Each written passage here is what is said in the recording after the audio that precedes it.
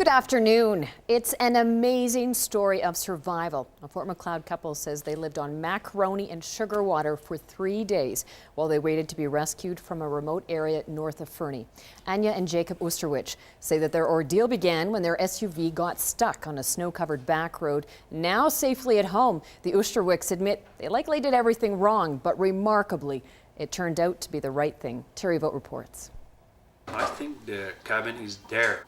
Anya and Jacob Oosterwijks say what began as a day trip to Fernie soon turned into a life-threatening adventure where every minute was important. The Oosterwijks say they planned to return home through the mountains using a Forest Service road that would eventually take them back to the highway, a trip that ended in a remote area north of Fernie when their SUV got stuck in the snow. I just told my family in Holland, I said, we did the wrong things. We left our car, we took the wrong roads. Equipped with a map, bottle of water, 4 granola bars and 4 apples, the Oosterwijks walked through the night, never realizing that at one remote intersection they had wandered off the main road.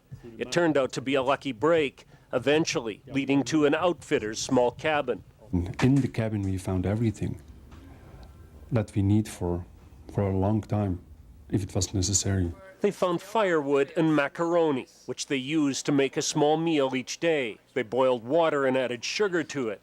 Jacob used lumber to make a large SOS sign in the snow, and they waited in the cabin. Every day we found new treasures in it, what we needed that day. And on Tuesday we found a radio and got it working. This was a miracle. A miracle because the battery still had enough power to get a message out.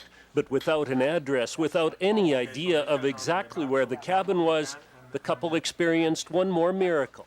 The weather had remained calm, and while they could see storm clouds all around, the visibility was good. The helicopter was going back to our car and following our footprints, and they were very good visible. I heard it was 30 kilometers. Our tracks were good to see, and to find us, they need the tracks.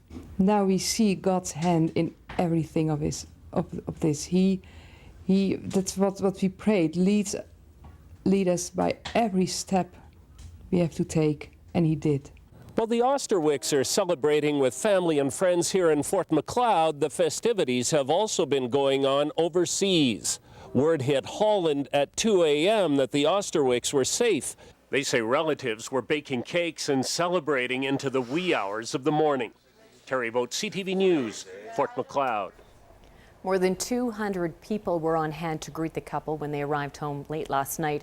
The family says they have been overwhelmed by the show of support.